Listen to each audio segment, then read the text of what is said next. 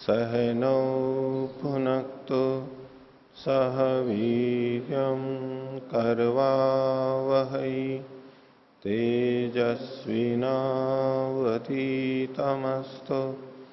मा विद्विषावहै।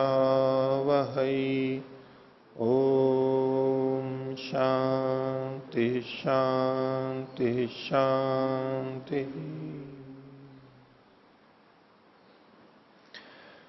वैशेषिक दर्शन की 15वीं कक्षा। वैशेषिक दर्शन के प्रथम अध्याय के प्रथम आन्निक का 16वां सूत्र कल हमने देखा था।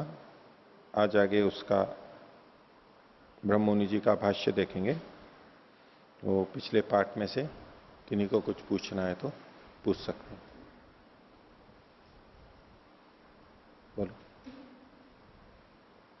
ओम। आचार्य जी, जो सूत्र 5 में द्रव्यों की गिनती में आकाश शब्द पढ़ा गया है वह महाभूतों के साथ में पढ़ा गया है, परंतु सूत्र 15 में जो हमने पढ़ा कि क्रिया गुणवत यानी जो क्रियावान हो, क्रिया वाला हो, उसकी व्याख्या में ऐसा बताया गया कि जिसमें क्रिया हो और जो क्रिया का आधार या अधिकरण हो, तो इस परिभाषा के अंतर्गत जो रिक्त आकाश है वह भी द्रव्य हो जाएगा, क्योंकि वह भी सभी क्रियाओं का अधिकरण आकाश होता है। तो वहाँ जो सूत्र 5 में आकाश शब्द पढ़ा गया है उससे हम किस आकाश को ग्रहण करेंगे? तो 5वें में जो कहा गया वो तो महाभूतों वाला ही आकाश है और उसी आकाश को मान करके चलना चाहिए। 15वें सूत्र में भी जो आकाश शब्द का प्रयोग है वहां भी आकाश द्रव्य वाला ही लेना चाहिए, महाभूतों वाला लेना चाहिए। पर इसमें व्याख्याकारों की तरफ से कुछ ऐसे वाक्य आ जाते हैं जिससे यूं लगने लगता है कि ये महाभूत वाला आकाश नहीं है, तो शून्य आकाश की चर्चा की जा रही है। द्रव्यों के अंतर्गत हमने देखा था या तो द्रव्य गुण कर्म, इनके जो सामान्य बताए थे सदा नित्यम इत्यादि। तो जो महाभूतों वाला आकाश है वो तो सत है, सत्ता है उसकी, जिसको अवकाश या शून्य कहते हैं, अभाव। अब आकाश, दूसरा आकाश जो आप कह रहे हैं वो कहते हैं अवकाश, रिक्त स्थान, जहां कुछ नहीं है। जब कुछ नहीं है उसको अवकाश या आकाश शब्द से जब कहा जाता है तो वो तो असत है, असत्तात्मक है, भावात्मक नहीं है, वो अभावात्मक है। किसी वस्तु का न होना ही वहां पर आकाश के रूप में कहा जा रहा है। तो अवकाश को, शून्य को, अभाव को भी आकाश के नाम से कहा जाता है, उसे यहां पर ग्रहण नहीं करना है। जहां हम द्रव्यों की चर्चा कर रहे हैं तो वहां महाभूतों वाला ही लिया जाना चाहिए। लेकिन कहीं कहीं हमें इसी तरह की प्रतीति होगी जैसे कि ये शून्य आकाश की बात कर रहे हैं। जैसे आपने कहा कि क्रिया गुणवत्त, जो क्रिया वाला हो, तो आपका कहना है कि जो शून्य है, अवकाश है, अभाव है, उसमें सारी क्रियाएं हो रही हैं। इस दृष्टि से वो भी फिर द्रव्य कहलाने लगेगा, वो भी द्रव्य कहलाने लगेगा। तो इसमें एक तो उस आकाश में क्रियाएं हम इस दृष्टि से कह देते हैं कि क्रिया होगी तो खाली जगह पे होगी, ये जो हम मान के चलते हैं। तो ये खाली कहना एक गौण कथन है, मुख्य कथन नहीं है। हम कहें विशाल भवन में कोई भी नहीं है, बोले खाली है, क्या मतलब है खाली है?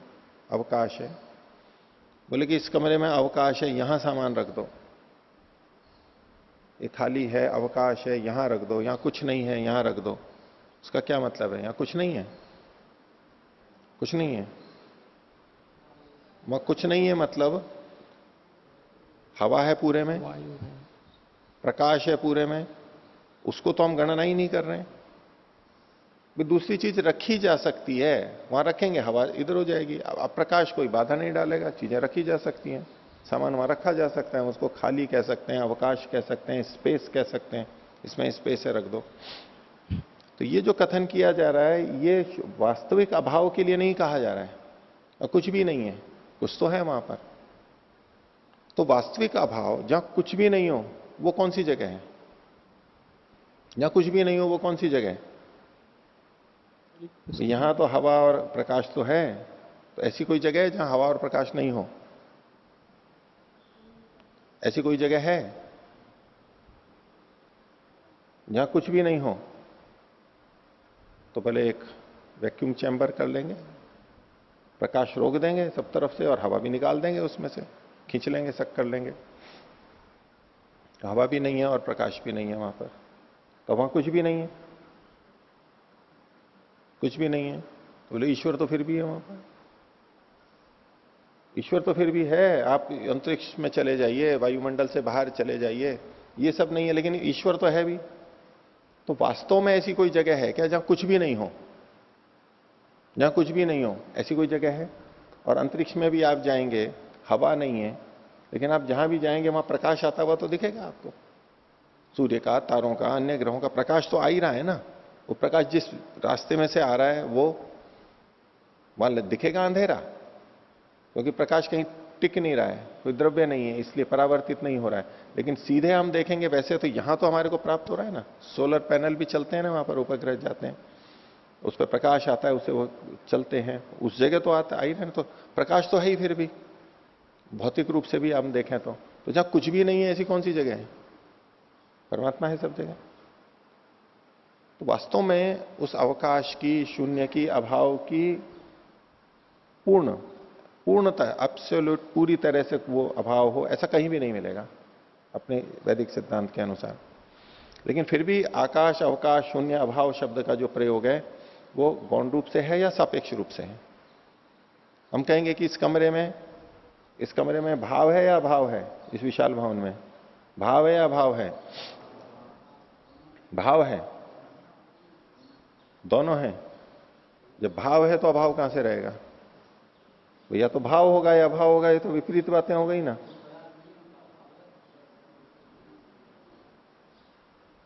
ठीक है, इन्होंने कहा कि जो पदार्थ हैं उनका तो भाव है, और जो पदार्थ यहां नहीं है उनका अभाव है। जैसे कि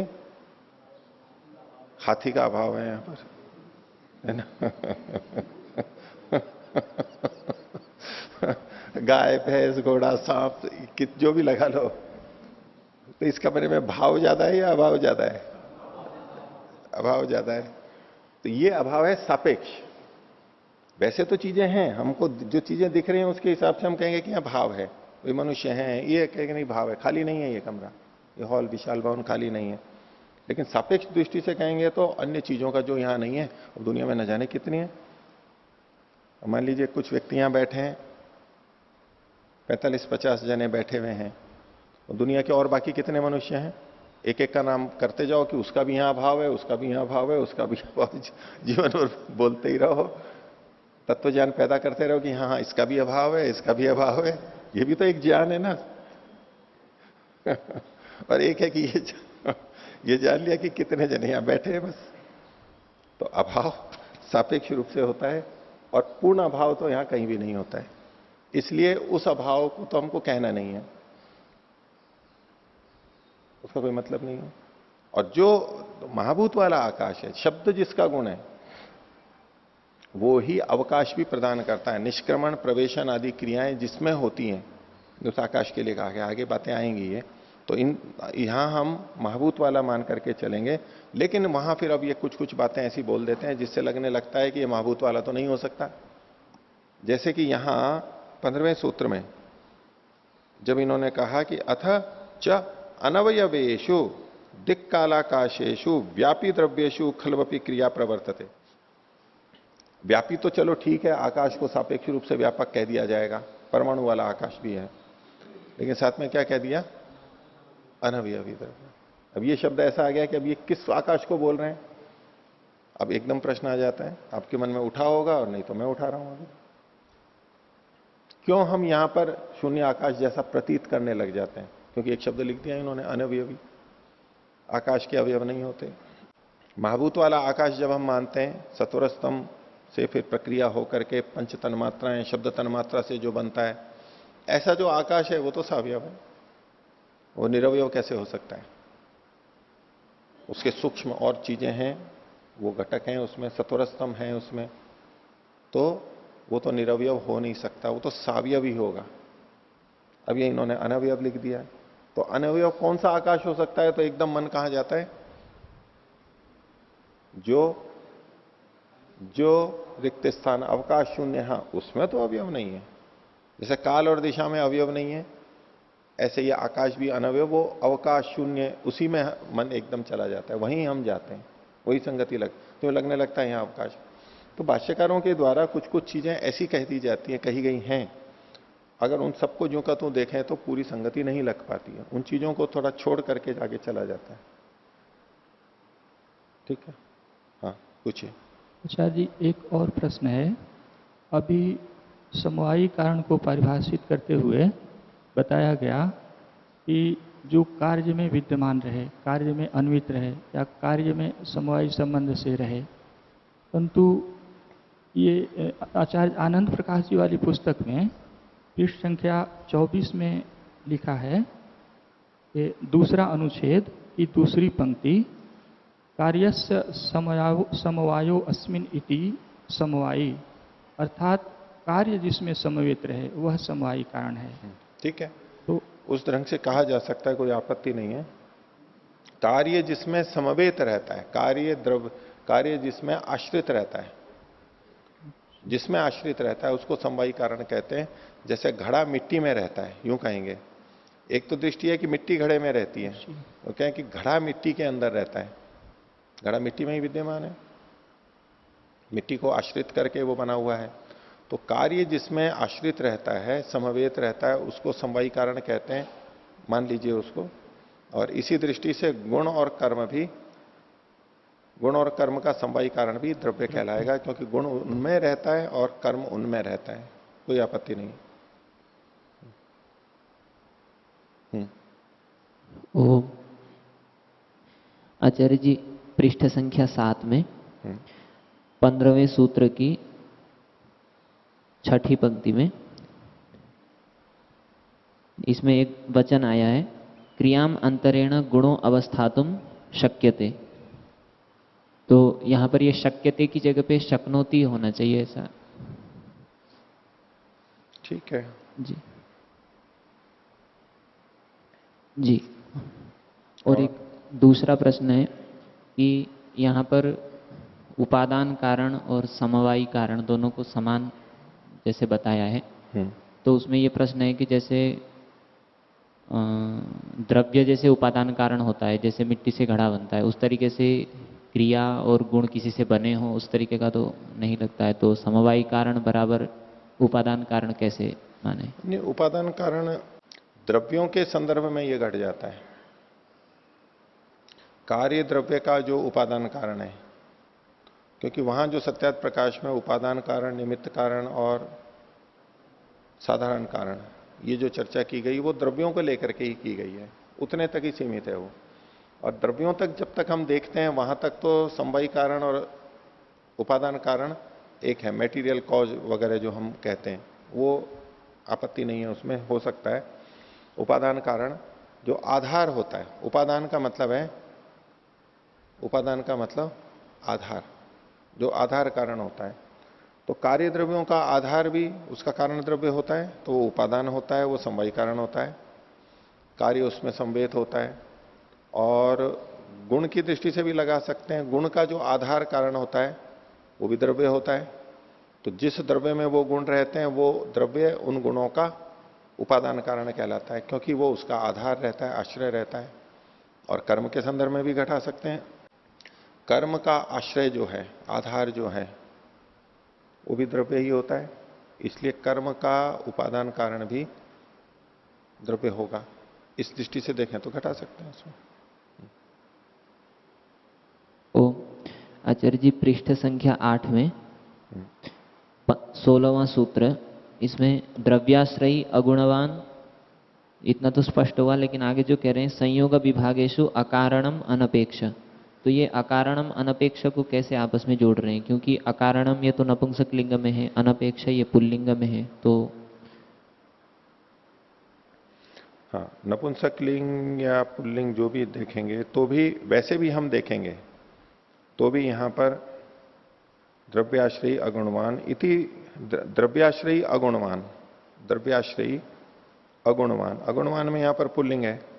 संयोग विभागेशु अनपेक्ष कारणम इति गुण लक्षणम, तो ये तो लिंग की दृष्टि से तो कई जगह पे यहां पर उस तरह प्रतीत होगा, लेकिन इसका एक तरीके से अर्थ है जो भाष्यकार ने दिया है उसको आज देखेंगे, और दूसरे ढंग से जो हो सकता है वो कुछ मैंने आपके सामने रखा था कल, उस जैसा भी है, कुछ अंतर भी है इसमें। नहीं तो संयोग विभागेशु अकारणम, आप अलग अलग भी कर लो तो संयोग विभागेशु अकारणम, जो संयोग और विभाग में कारण नहीं है, जो संयोग और विभाग में कारण नहीं है ऐसा अर्थ करेंगे, लेकिन अनपेक्ष है। इसमें सूत्र की रचना देखिए। तो अनपेक्ष तो इन्होंने पुल्लिंग अनपेक्ष ही लिखा हुआ है, यहां पर लिंग इतना मुख्य नहीं होगा, इस तरह मान के चल सकते हैं इसको, नपुंसक लिंग या पुल्लिंग मान करके जो है उससे कोई अंतर नहीं पड़ा रहे हैं, उससे कुछ विशेष नहीं होगा।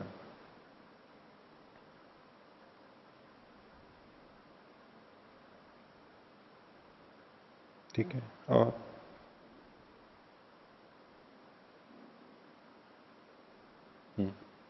वो पृष्ठ संख्या 7, इसमें 15वें सूत्र से पहले जो 2 पंक्तियां आई है, हाँ, उसमें कहा गया कि द्रव्य गुण और कर्म के साधर्म्य को हमने कह दिया, अब वैधर्म्य को कहेंगे।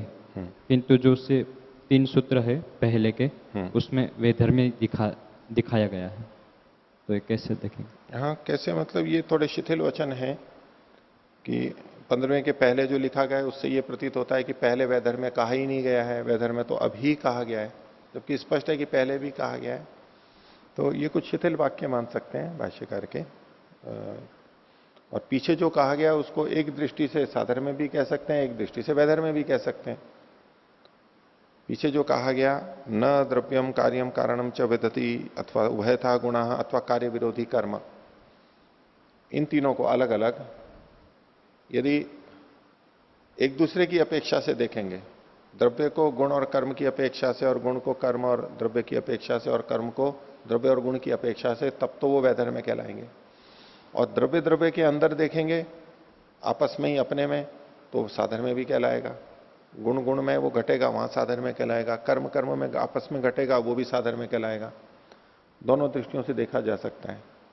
और 15वें सूत्र में भी जो लक्षण दिया है उसको आप अन्यों की अपेक्षा से देखेंगे, ये द्रव्य का लक्षण है 15वें में, यदि इसको आप गुण और कर्म की दृष्टि से देखेंगे तब तो इसको वैधर्म्य कहेंगे, और यदि केवल द्रव्य के आपस की दृष्टि से देखेंगे तो यही साधर्म्य होगा। द्रव्यों का साधर्म्य कहा जा रहा है परस्पर, और द्रव्य का गुण और कर्म से वैधर्म्य कहा जा रहा है। ये दोनों दृष्टियां हो सकती हैं। तो वाक्य थोड़े शिथिल हैं, आप एक कोई इसको छोड़ा जा सकता है। हाँ, पृष्ठ संख्या 8, हाँ, 15वें सूत्र के भाष्य के नीचे से दूसरी पंक्ति, असमवायी कारणानि तु भवन्ति स्वकार्यस्य। तो इसमें गुण और कर्म के बारे में बताया कि स्व कार्य के वो असमवायी कारण होते हैं। तो कर्म के प्रति तो कल ताकि उसमें संगति नहीं लग पाएगी, किंतु गुण के प्रति भी कैसे लगाएंगे वो स्पष्ट नहीं हो रहा। गुणों की दृष्टि से यूं देखना है, कारण एक कार्य द्रव्य है, एक कारण द्रव्य है। गुण अपने कार्य गुण का असमवायी कारण होता है, सिद्ध ये अपने को करना है। गुण अपने कार्य द्रव्य का असमवायी कारण होता है, ठीक है। गुण अपने कारण गुण का, कार्य द्रव्य नहीं, गुण अपने कार्य गुण का असमवायी कारण होता है। तंतु में स्थित रूप गुण कारण है कपड़े के रूप गुण का। कपड़े का रूप गुण कार्य गुण है, तंतु का रूप गुण कारण गुण है, अपेक्षा से है। इनकी अपेक्षा से। वैसे तंतु का रूप गुण भी उसके अपने कारणों की अपेक्षा, रेशों के अपेक्षा कार्य गुण है। लेकिन अभी हम केवल इतना देखें, धागा और कपड़ा, इन दो के बीच में जब देखेंगे तो तंतु का रूप गुण कारण गुण है और वस्त्र का रूप गुण कार्य गुण है। तो गुण अपने कार्य गुण का असमवायी कारण होता है। तो तंतु का रूप गुण असमवायी कारण है अपने कार्य गुण का, यानी वस्त्र के रूप गुण का। तो ऐसे सब जगह देख लीजिए। अब धागे में भार भी है, धागे में परिमाण भी है, धागे में संख्या भी है, पृथकत्व भी है, संयोग विभाग और बहुत सारी चीजें। हम संयोग विभाग को एक बार रहने दीजिए, बाकी बहुत सारे गुण हैं। यानी उसमें आप स्पर्श, रूप, गंध भी हो तो ले सकते हैं, रस भी हो तो थोड़ा कर सकते हैं, जो भी ये गुण हैं ये उसमें भी दिखाई देंगे कारण कार्य में। इस तरह से जहां जहां ये चीजें देखी जाएंगी वहां सब जगह होगा। घड़ा है, मिट्टी का बनाया है तो उसके अनुसार होगा। कारण गुण पूर्वक कार्य गुण देखे जाते हैं, आगे सूत्र भी आएगा। पीतल का है तो पीतल का घड़ा है तो उस तरह के आएंगे, तांबे का है तो उस तरह के आएंगे, प्लास्टिक का है तो उस तरह के गुण आएंगे। जो ऐसा जैसा वो था, तो प्लास्टिक के गुण प्लास्टिक के घड़े के गुण के असमवायी कारण है। सब जगह यहां पर घट जाएगा। मुड्डा बना हुआ है तिनकों से, सरकंडों से, वहां भी सब जगह ऐसा घटे, हर जगह पे ऐसे ही घटेगा। ये सब उदाहरण है इसके। हाँ, इनको हम समवायी कारण क्यों नहीं कहते? जो समवायी कारण क्यों नहीं कहते हैं, इसमें ये सिद्धांत मान के चलते हैं कि जो समवायी कारण होता है वो आश्रय होता है, आश्रय होता है और वो द्रव्य ही होता है। ये चूंकि द्रव्य नहीं है इसलिए इसको समवायी कारण नहीं कहते हैं। तंतु का रूप गुण वस्त्र के रूप गुण को धारण नहीं कर रहा है। आपने पूछा कि गुण को समवायी कारण क्यों नहीं कह देते, कारण गुण को, उसको उसी को ऐसे समझिए। वस्त्र का रूप गुण कार्य है, तंतु का रूप गुण कारण है। वस्त्र का रूप गुण तंतु के रूप गुण में है क्या? वस्त्र के रूप गुण का कारण तंतु का रूप गुण है, किंतु वस्त्र का रूप गुण किस में आश्रित है? वस्त्र में आश्रित है या तंतु के गुण रूप में आश्रित है? वस्त्र का रूप गुण किस में आश्रित है? तंतु में आश्रित है। वस्त्र का रूप गुण किस में आश्रित है? पहले तो ये बताओ, वस्त्र में है या तंतु में है? वस्त्र में कहा जाएगा। वस्त्र का रूप गुण वस्त्र में आश्रित है, तंतु में नहीं है। तंतु में तो तंतु का रूप गुण आश्रित है। ठीक है, क्या हम यूं कह सकते हैं वस्त्र का रूप गुण तंतु के रूप गुण में आश्रित है? वस्त्र का रूप गुण तंतु के रूप गुण में नहीं रह रहा है, वो तो वस्त्र में रह रहा है। तो वस्त्र का रूप गुण तंतु में रहने के कारण से तंतु नहीं, वस्त्र का रूप गुण वस्त्र में रहने के कारण से वस्त्र के रूप गुण का समवायी कारण है, उसमें आश्रित रहता है। वस्त्र का रूप गुण वस्त्र में आश्रित रहता है तो समवायी कारण तो वो हो गया। अब आप तंतु को भी वस्त्र के रूप गुण का आश्रय नहीं कह सकते, तंतु को भी नहीं कह सकते। तो तंतु में स्थित जो रूप गुण है उसको तो समवायी कारण कह ही नहीं सकते। उसमें जो आश्रित रहता है, उस दृष्टि से आप देखिए, तंतु का रूप गुण भी तंतु में आश्रित है। तंतु का रूप गुण वस्त्र के रूप गुण का कारण कैसे बन रहा है? तो उसके लिए कहते हैं तंतु का रूप गुण तंतु में रहते हुए तंतु के कार्य वस्त्र का कारण बन रहा है, परंपरा से है, इसलिए उसको समवायी कारण नहीं कहते। उसका आश्रय नहीं है, वो उपादान नहीं है, निमित्त है, बस कारण है, आश्रय नहीं है, इसलिए समवायी कारण नहीं कहते उसको। ठीक है। और ये साथ में कहा ही गया है कि गुण में गुण नहीं रहता है। गुण के जो लक्षण है उसमें जो गुण रहित होता है, जो कर्म रहित होता है, वो उसका लक्षण है। तो तंतु का रूप गुण वस्त्र के रूप गुण वाला नहीं है। तंतु के रूप गुण में वस्त्र का रूप गुण नहीं रहता है, उसमें आश्रित नहीं है। गुण में गुण नहीं रहता है, रूप में रूप नहीं रहेगा, इसलिए भी नहीं होगा। हाँ, ये तो स्पष्ट हुआ कि जो आगे पंक्ति है जी, एवं सामान्येषु अपि ज्ञातव्यम, तो यहाँ कैसे घटाएंगे? एवं सामान्य दिशु अपनी जातव्यम, कि सामान्य आदि भी समवायी कारण नहीं होते हैं। सामान्य आदि भी समवायी कारण नहीं होते। सामान्य, विशेष और समवाय ये समवायी कारण नहीं होते हैं, बस इतना ही समझना है। यहां पर समवायी कारण नहीं होते हैं, उपादान कारण नहीं होते हैं। सामान्य और विशेष में द्रव्य नहीं रहता है, सामान्य विशेष में गुण नहीं रहता है, सामान्य विशेष में कर्म नहीं रहता है। सामान्य विशेष द्रव्य में, गुण में, कर्म में रहते हैं। द्रव्य में गुण रहता है, द्रव्य में कर्म रहता है, लेकिन गुण में न द्रव्य रहता है न कर्म रहता है, और कर्म में न द्रव्य रहता है न गुण रहता है। तो द्रव्य में गुण रहता है, द्रव्य में कर्म रहता है। सामान्य विशेष समवाय, सामान्य और विशेष, ये द्रव्य में भी रहते हैं, गुण में भी रहते हैं, कर्म में भी रहते हैं। द्रव्यों में हम समानता देख सकते हैं, ये दो समान द्रव्य हैं, पृथ्वी पृथ्वी है, जल जल है। विशेष भी कर सकते हैं, जल और पृथ्वी। गुणों में हम कर सकते हैं रूप गुण और दूसरा रूप गुण, ये समान है रूपत्व की दृष्टि से। रसत्व की दृष्टि से दो रस समान है, तो गुणों में भी सामान्य है और गुणों में विशेष भी है। ये रूप गुण है, ये रस गुण है, ये विशेषता भी हो गई। ठीक है, तो सामान्य और विशेष द्रव्य गुण कर्म में रहते हैं, द्रव्य गुण कर्म में रहते हैं। एक पीछे वो बात आई थी, कक्षा में थी, कि सत्य गुण जो है, सत्य जो सत्ता है, इसको गुण माना जाए या ना माना जाए। उसको गुण नहीं माना गया, यहां पर गुण की गणना में नहीं किया गया। उसमें एक कारण यह भी है कि गुण गुण में नहीं रहता है, गुण द्रव्य में रहता है, जबकि सत्य यानी सत्ता है वो गुण में भी रहती है। सत्ता द्रव्य में भी रहती है, सत्ता द्रव्य की भी सत्ता होती है, गुण की भी सत्ता है और कर्म की भी सत्ता है।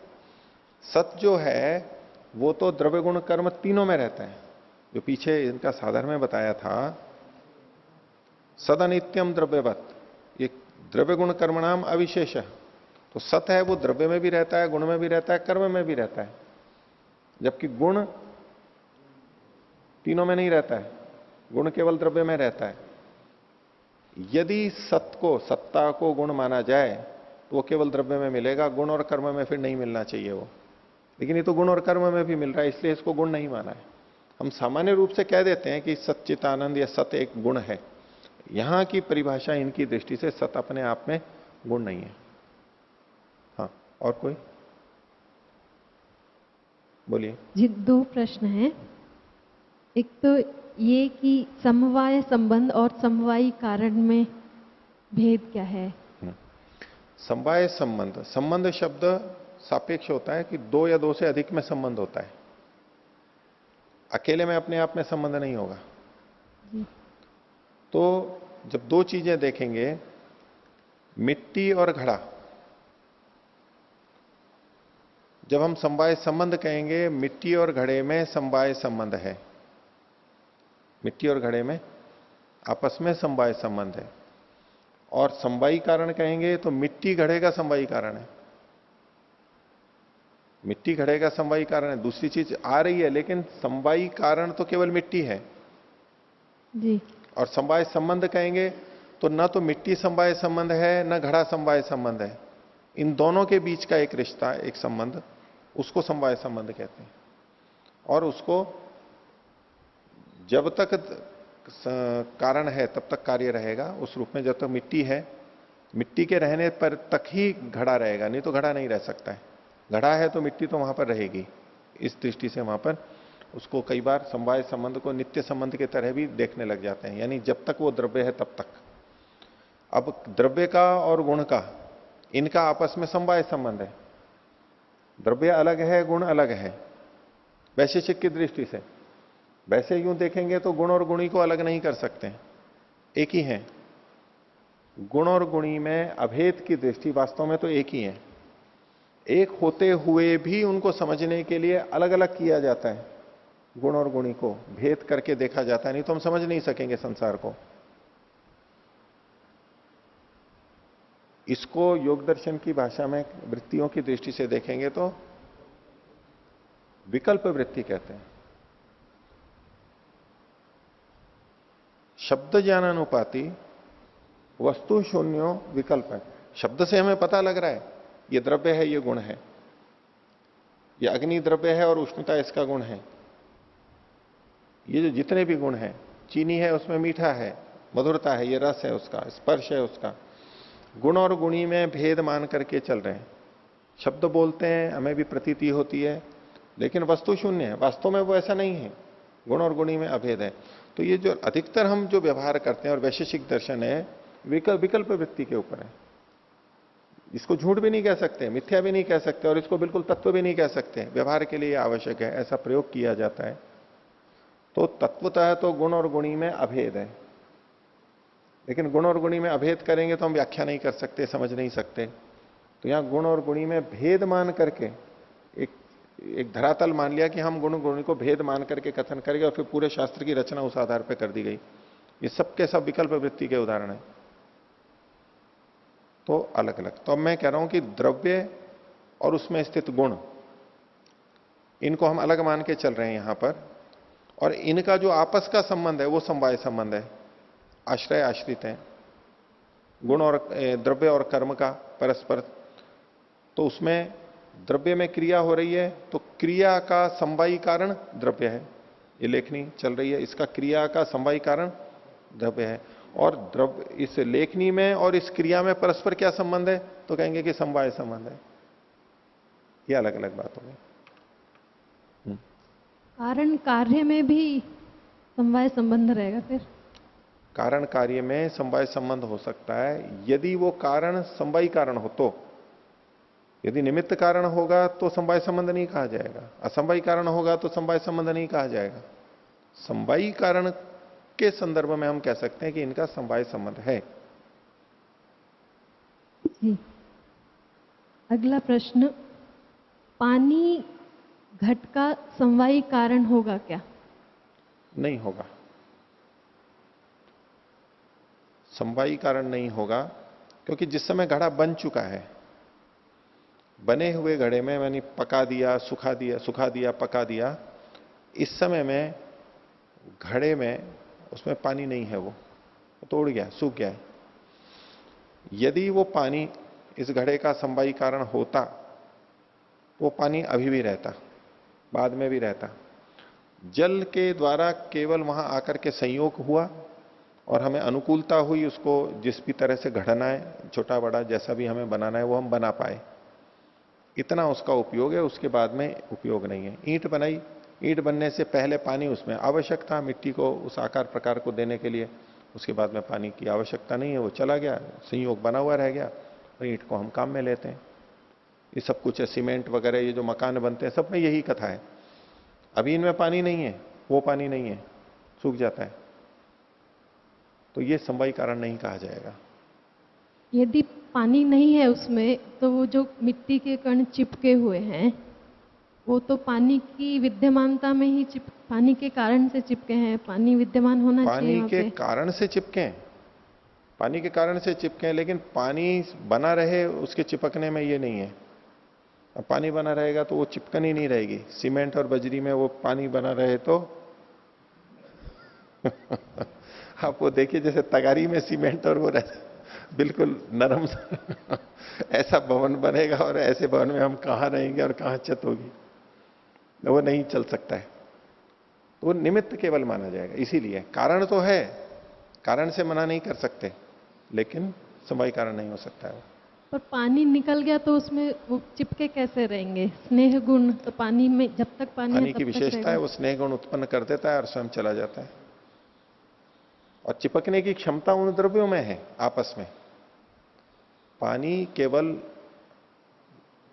वहां कारण बनता है, उस क्रिया में सहायक बनता है, बाकी चिपकने की सामर्थ्य तो उसमें है, उन द्रव्यों में है। अब लई बनाते हैं मैदा की या आटे की, पकाते हैं उसको तो चिकना चिकना हो जाता है और चिपक जाता है। अब बालू की रेत पानी में डालकर, पानी डालो और बालू की रेत को पका लो आप तो बनेगा क्या? नहीं बनेगा, पानी से नहीं बनेगा। हर चीज पानी से थोड़ा ना होती है, कुछ चीजें पानी डालने पर नहीं चिपकेगी, उल्टा हो जाता है। अगर पानी बीच में रह जाए तो नहीं चिपकेगी।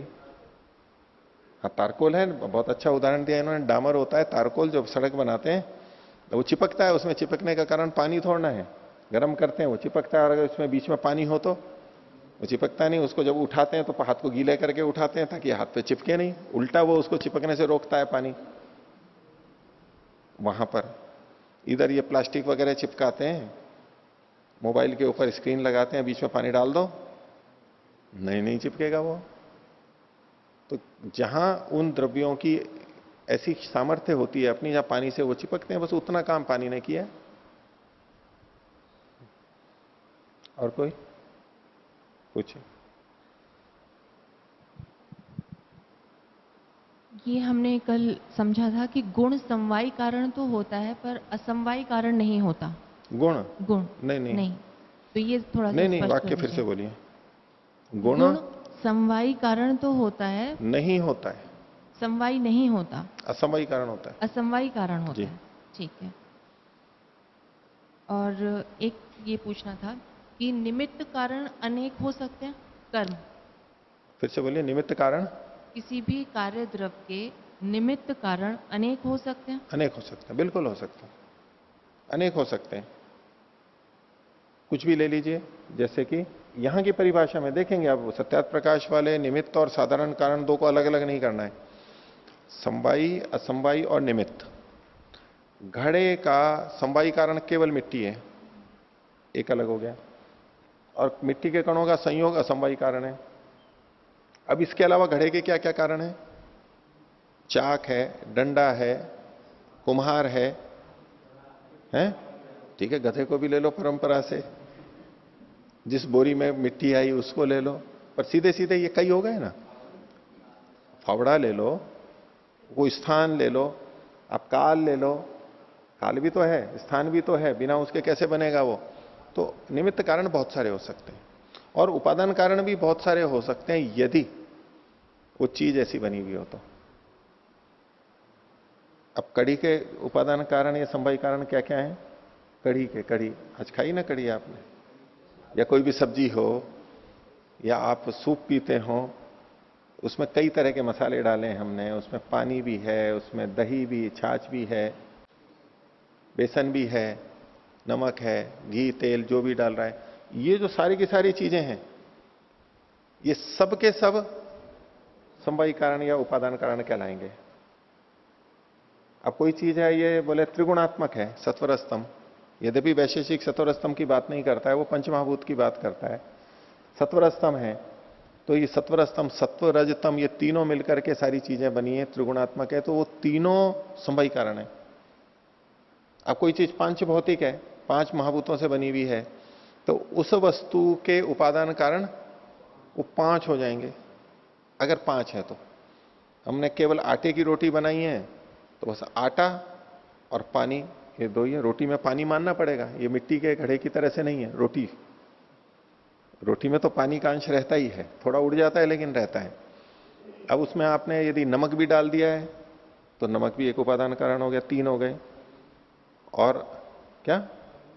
अग्नि उपादान कारण नहीं है, निमित्त कारण है। अभी तो मैं उपादान कारण की बात कर रहा हूं।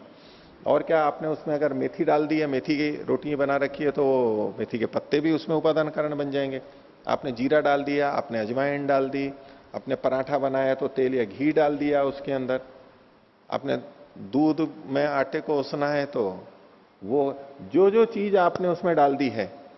आयुर्वेद की औषधियां हैं, एक एक औषधि में मान लो 20, 50, 100 घटक होते हैं, वो जितने भी घटक हैं, हिंगवष्टक चूर्ण है, उसमें 8 चीजें डलती हैं, तो आठों की आठों उसका उपादान कारण है। त्रिफला चूर्ण में 3 चीजें हैं, तो तीनों को उपादान कहा जाएगा, एक को नहीं कह सकते उपादान। तो उपादान भी अनेक हो सकते हैं, ये निर्भर करता है कि क्या चीज हमने किस तरह से बनाई है। ठीक है, पूछिए। ओम। सूत्र पृष्ठ संख्या 8, हाँ। 16वें सूत्र पे कल बताए थे कि कर्म और द्रव्य के अतिव्याप्ति दोष किस रूप में है, उसके समाधान किस प्रकार किया।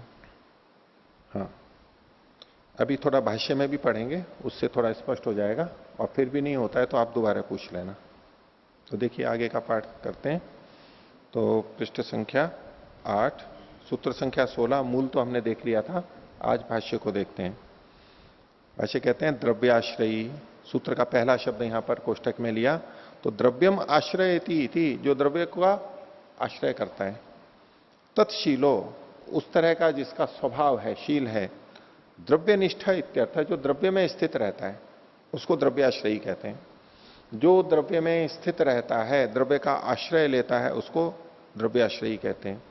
आगे, गुणों न द्रव्यवत स्वतंत्र सत्ता कहा, गुण द्रव्य के समान स्वतंत्र सत्ता वाला नहीं रहता, यानी द्रव्य अपने आप में रह सकता है, किसी पे आश्रित नहीं रहे वो, लेकिन गुण द्रव्य के समान बिना आश्रय के नहीं रह सकता, वो किसी न किसी के आश्रित रहेगा, तो वो द्रव्य ही होगा।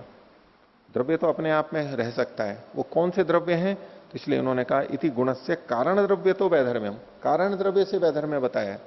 देखो द्रव्य दो प्रकार के हुए, एक कारण द्रव्य और कार्य द्रव्य। उन्होंने कहा द्रव्याश्रयी, जो द्रव्य में आश्रित रहता है।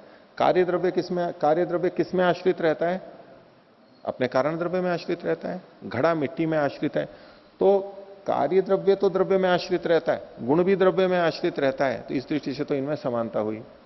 तो द्रव्य में जो आश्रित रहता है, इससे ये कारण द्रव्यों को हटाना चाहते हैं, क्योंकि जो कारण द्रव्य मूल कारण है, सबसे पहला वाला जो कारण है, चाहे वैशेषिक की दृष्टि से आप महाभूतों के परमाणु ले लें, सबसे छोटा परमाणु, अथवा सांख्य की दृष्टि से सत्वर स्तंभ ले लें, जो मूल तत्व है वो किसी दूसरे के आश्रित नहीं रहता है, क्योंकि वो अन्य अवयवों से, अनेक अवयवों से मिलकर नहीं बना है, वो निरवयव है, वो किसी में आश्रित नहीं रहता है।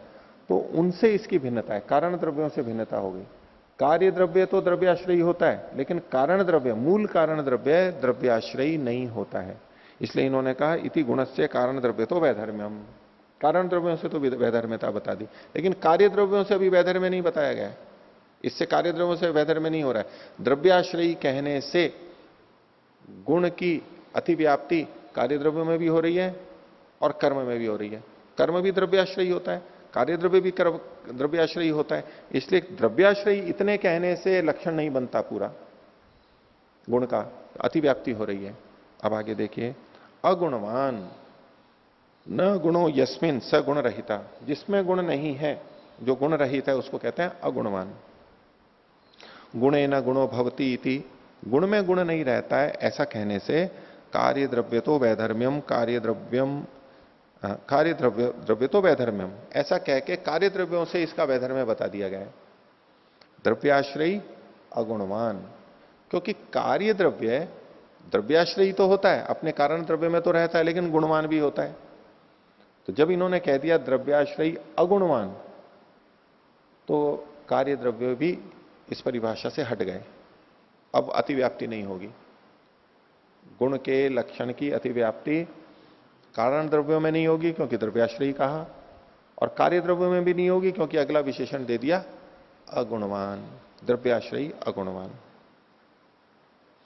तो इसी को इन्होंने कहा गुणे न गुणो भवती इति कार्य द्रव्य तो वैधर्म्यम, कार्य द्रव्यम कारण द्रव्यम आश्रय सद गुणवत भवती ही, कार्य द्रव्य अपने कारण द्रव्य में रहता हुआ भी गुण वाला होता है, और यहां पर द्रव्याश्रयी अगुणवान का, इसलिए कार्य द्रव्य से भी वैधर्म्य हो गया।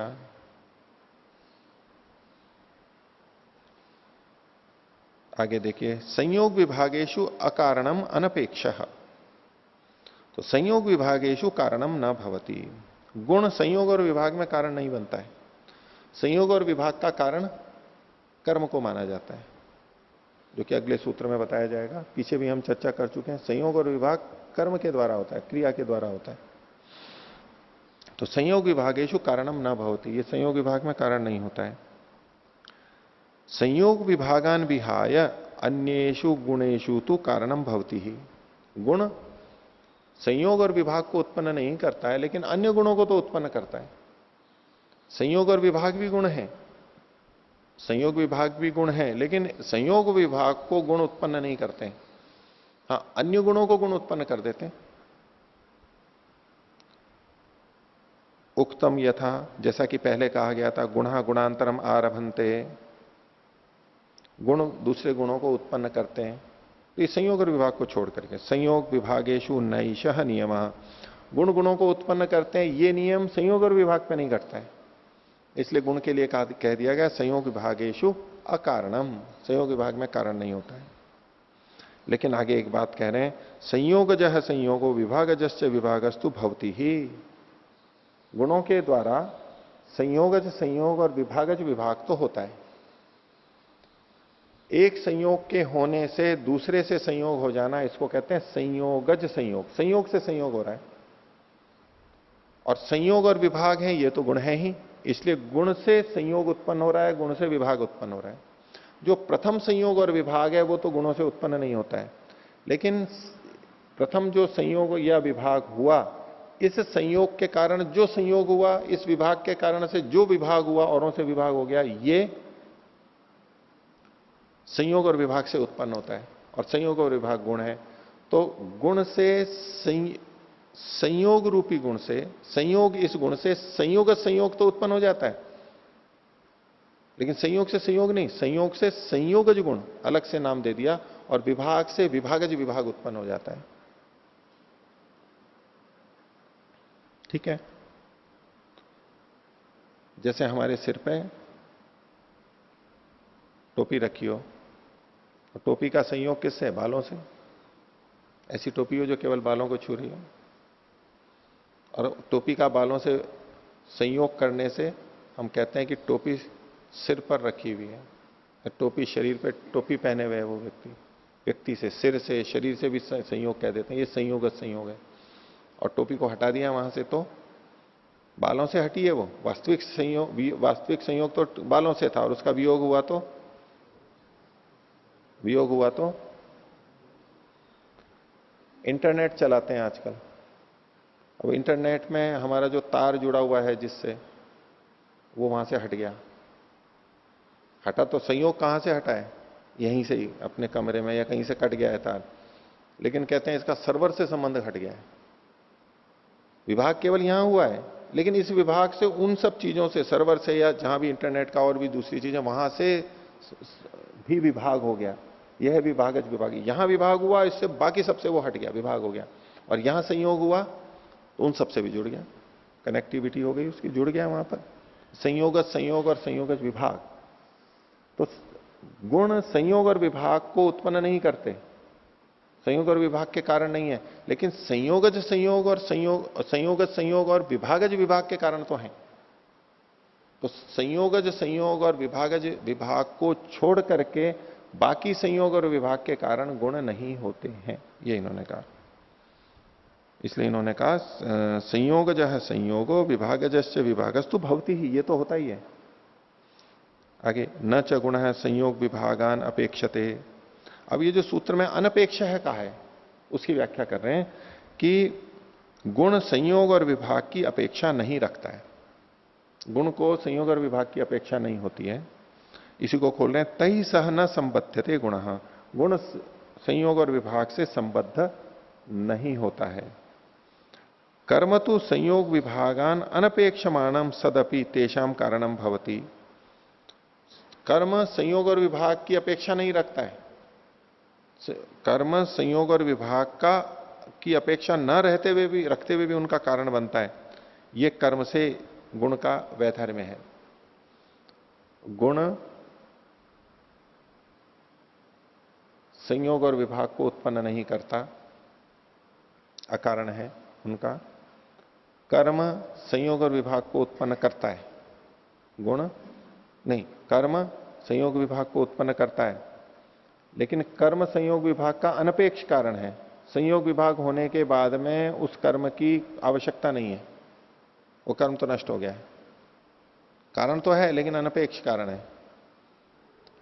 जबकि संयोगज संयोग और विभागज विभाग में जो कारणता होती है, गुण कारण बनता है संयोग विभाग। संयोग संयोगज संयोग का कारण है, विभाग विभागज विभाग का कारण है। वो कब तक रहता है? सापेक्ष रहते हुए रहता है। यदि संयोग को हटा दिया तो संयोगज संयोग भी हट जाएगा। जिस संयोग के कारण से दूसरा संयोग उत्पन्न हो गया था, इस संयोग, जब तक ये संयोग बना हुआ है तब तक वो संयोगज संयोग भी बना रहेगा। अगर ये संयोग हटा तो वो संयोगज संयोग भी हट जाएगा। तो संयोगज संयोग को बनाए रखने के लिए संयोग की अपेक्षा है, जबकि कर्म से जो संयोग उत्पन्न होता है उस संयोग को बनाए रखने के लिए कर्म की अपेक्षा नहीं है। तो कर्म तो अनपेक्ष कारण है, जबकि संयोग और विभाग, संयोगज संयोग और विभागज विभाग के सापेक्ष कारण है। इन दोनों के अंदर वैधर्म है।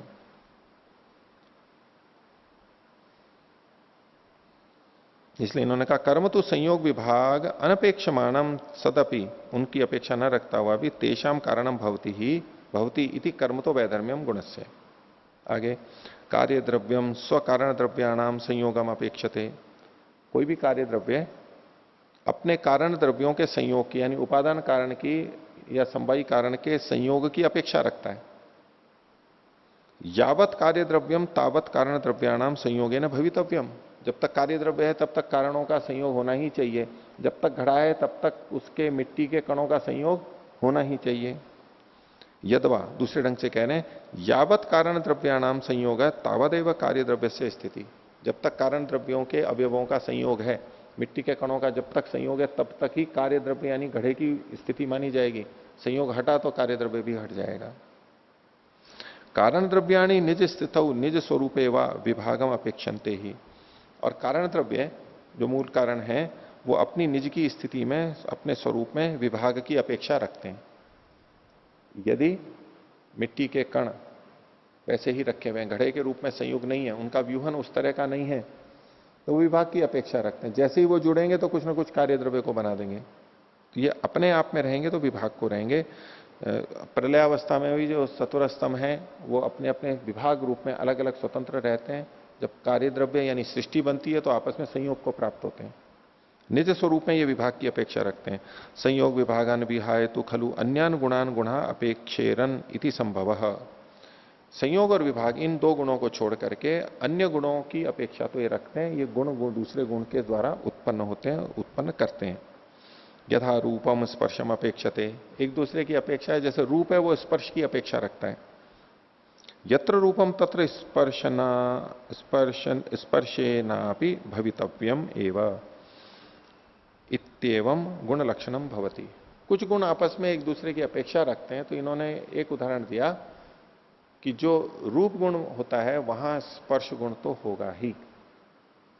जहां रूप गुण है वहां स्पर्श गुण तो होगा ही। एक उदाहरण के रूप में दिया, इसको कहते हैं कि ये एक दूसरे के कारण न होते हुए भी परस्पर साथ ही देखे जाते हैं। जहां स्पर्श हो वहां रूप गुण भी हो ये तो आवश्यक नहीं है, लेकिन जहां रूप गुण हो वहां स्पर्श भी अवश्य होगा, ऐसा इनका प्रतिपादन है। अब उदाहरण देख लीजिए। जैसे रूप गुण के बहुत सारी चीजें हैं, ये सारे रूप वाली चीजें हैं, तो यहां पर स्पर्श भी मिलेगा। उसका कारण ये इसलिए मानते हैं क्योंकि जो इनके महाभूतों की रचना होगी पांच भौतिक द्रव्यों की, तो पहले वायु, फिर अग्नि, फिर जल और फिर पृथ्वी, ये क्रम है। तो स्पर्श गुण तो आ गया वायु से, स्पर्श तन मात्रा से। फिर रूप गुण आएगा, तो जो रूप गुण मिलकर के जो चीज बनेगी उसमें स्पर्श तन मात्रा तो रहेगी ही, इसलिए स्पर्श भी वहां पर रहेगा। तो जो जो रूप वाली चीज है वहां स्पर्श भी होगा। अब प्रकाश है, थोड़ा उल्टा उदाहरण दे रहा हूं कि इन चीजों में तो घट जाएगा कि जहां जहां पर रूप गुण है वहां स्पर्श भी है। लेकिन जो प्रकाश है, ये बल्ब है, ये सब जल रहे हैं, तो इनमें स्पर्श भी है क्या? कुछ स्पर्श पता लग रहा है क्या? तो सीधे सीधे तो नहीं लग रहा। लेकिन गर्मी के दिनों और बल्ब या जल रहा हो तो गर्मी लगने लगती है ना, गर्मी लगने लगती है ना। वो गर्मी क्या है? उष्णता, स्पर्शी तो है। बोले ट्यूबलाइट आ जाएगी, ट्यूबलाइट का तो ठंडा प्रकाश होता है ना, बल्ब तो गर्म होता है, ट्यूबलाइट का ठंडा होता है, तो वो अपेक्षा से है, ट्यूबलाइट भी गर्म होती है थोड़ी, स्पर्श तो वहां पर होगा। सूर्य का प्रकाश और चंद्रमा का प्रकाश क्या अंतर है? सूर्य का प्रकाश गर्म है और चंद्रमा का प्रकाश शीतल है, ठंडी आती है। तो प्रकाश और अग्नि जहां पर है वहां तो उष्णता गुण ही होना चाहिए, ठंडापन क्यों? अपेक्षा से रात्रि होती है, अपेक्षा से वो ठंडा इस रूप में प्रस्तुत होता है। लेकिन वहां कुछ ना कुछ स्पर्श अवश्य होगा, जहां जहां रूप है वहां वहां स्पर्श अवश्य होगा। इस तरह की बात इन्होंने कही है। कहना ये चाहते हैं कि अन्य गुणों में तो वो अपेक्षा रखते हैं एक दूसरे की, लेकिन संयोग और विभाग के अंदर ये अकारण है और अनपेक्ष कारण नहीं है। जो मैं कल आपको जिस ढंग से बोल रहा था इसको, कर्म तो संयोग विभाग में अनपेक्ष कारण है। अब ये जो विशेषण दिया है ना, संयोग विभागेशु अनपेक्ष कारण, ये कर्म से वैधर्म्य लाने के लिए दिया है। क्योंकि द्रव्याश्रयी अगुणवान इतना जो अंश कहा गया था, ये तो कर्म पे भी घटता है। द्रव्याश्रयी कर्म भी होता है, अगुणवान कर्म भी होता है। तो इस लक्षण की अतिव्याप्ति कर्म में भी हो रही थी। तो कर्म से भेद लाने के लिए क्या करेंगे? तो संयोग विभागेशु अकारणम, संयोग और विभाग में अकारण है, कर्म संयोग विभाग में कारण है, यह संयोग विभाग में अकारण है। लेकिन अनपेक्ष इसलिए कहना पड़ा क्योंकि संयोगज संयोग का कारण संयोग है, विभागज विभाग का कारण भी संयोग है। तो संयोग और विभाग गुण होते हुए संयोगज संयोग और विभागज विभाग को उत्पन्न करने में कारण बन रहे हैं। उससे भी कर्म को अलग करना है तो कैसा कहेंगे? कर्म तो अनपेक्ष कारण होता है, जबकि संयोग और विभाग यानी गुण अनपेक्ष कारण नहीं होता है, सापेक्ष कारण होता है। तो इस तरह से करके द्रव्य से, कारण द्रव्य से, कार्य द्रव्य से, गुण से और कर्म से वैधर्म्य दिखाते हुए और उनमें अतिव्याप्ति ना हो जाए, उसके लिए इन्होंने ये लक्षण बनाया। द्रव्याश्रयी अगुणवान संयोग विभागेशु अकारणम अनपेक्ष इति गुण लक्षणम। तो आज का पाठ इतना ही रखते हैं, आगे फिर कर्म का लक्षण देखेंगे। प्रणव।